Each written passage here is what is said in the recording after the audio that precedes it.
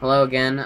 I'm back from Austin, Texas for midwinter break, which is in Seattle, and I think maybe all of Washington. We have midwinter break where it's just a break in the middle of February. I really haven't figured out a reason for it, but I went to Austin, and if you're from Austin or have been to Austin, you might know that there's Waterloo Records there, which is a great record store that I went to and picked up a couple of records, not very many, but they were all nice new things. They were all reissues, obviously, but they're nice and new. And I didn't really get a chance to look at the used record bin because we were pressed for time, and I didn't have a lot of money either, as usually the case. But first, what we're playing today is Number of the Beast, Iron Maiden,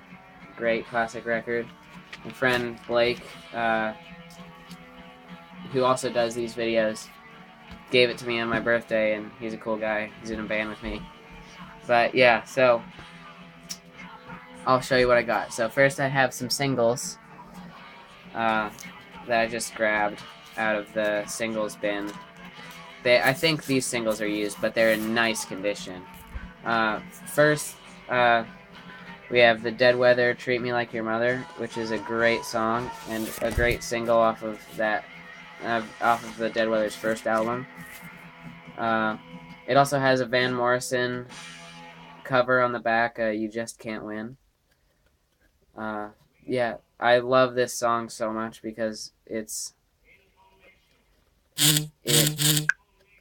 it gives a specific sound to it that is great, and it also changes pace in like the middle, and that really that shows that you're a good musician if you can change it up and return. But my favorite single that I have is this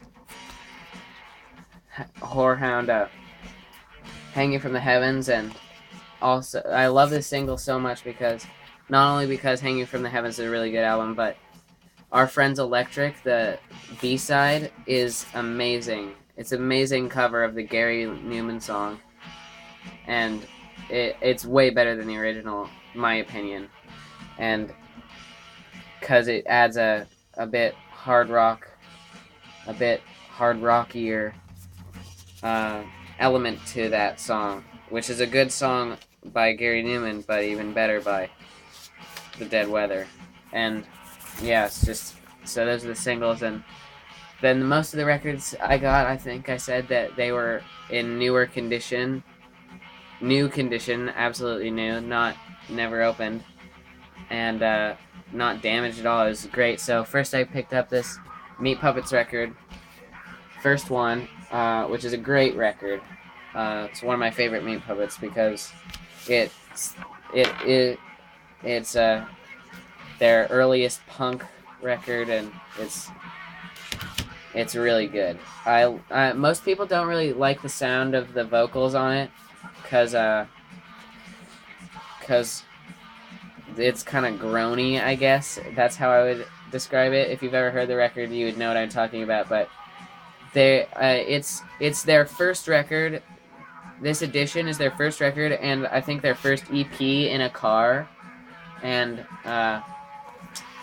the record itself has so many songs on it that you can see the little grooves in it. And it's a really nice condition record, and it's got the art on it, as always. The Meat Puppets, if you know them, then you know they're good for their art and everything. I like this too because one of my dad's best friends, Steve Bostrom, his cousin Derek drummed for the Meat Puppets for, I think Derek Bostrom drummed, I know for sure that he drummed for them on on this album, the first one, and then he might have been on two, but I'm not completely sure. But yeah, so that's cool. That I only just found out that. I went to a Meat Puppets concert with Blake and Eric. the other guys in my band, and that was a great. But that's a story for another time. Now I have this Raconteurs record, Broken Boy Soldier, their first album, which is a great record. It's in nice condition. It's got the nice fold out and great art on it too. The record's in good condition, and it also came with a nice fancy insert that has like a little poem on the front, and the record is cool. It also came with a poster inside. Let's see if I can get that one out.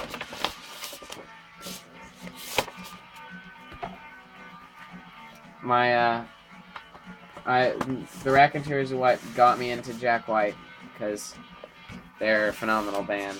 Yeah, this poster right here. It's a great poster. Yeah, this is a nice condition record. If you found it at like Half Price Books, or maybe not Half Price Books, but like Silver Platters or any other record store up here, you'd spend at least $20 on this, and I spent like $10 for this. I think it was $7 for this, $2 for each of the singles, and then my favorite of all of my snatch is my Radiohead OK Computer, which is a great Radiohead record. In my opinion, the best. And then Pablo Honey, and you can order it whatever later. But yeah, it's a nice double record, 180 gram. It plays really nice on my record player, and it has these extra inserts for it, which is really cool. And this nice is like, it's mint edition, and it's a reissue. It's everything. It's all new and crisp, and everybody would kill for these records. But you would pay for, I think, like $30 or $35 for it up here, and at Waterloo it was only like, I want to say 15 or 16, maybe even 17. It was amazing how they priced these things there. But yeah, I had only a little bit of money there, so I didn't really look in the used records bin. So I just got those 3 records and those 2 singles, and I was set for my whole Austin journey, which was really great. Yeah. And thanks for watching, and I'll see you next time.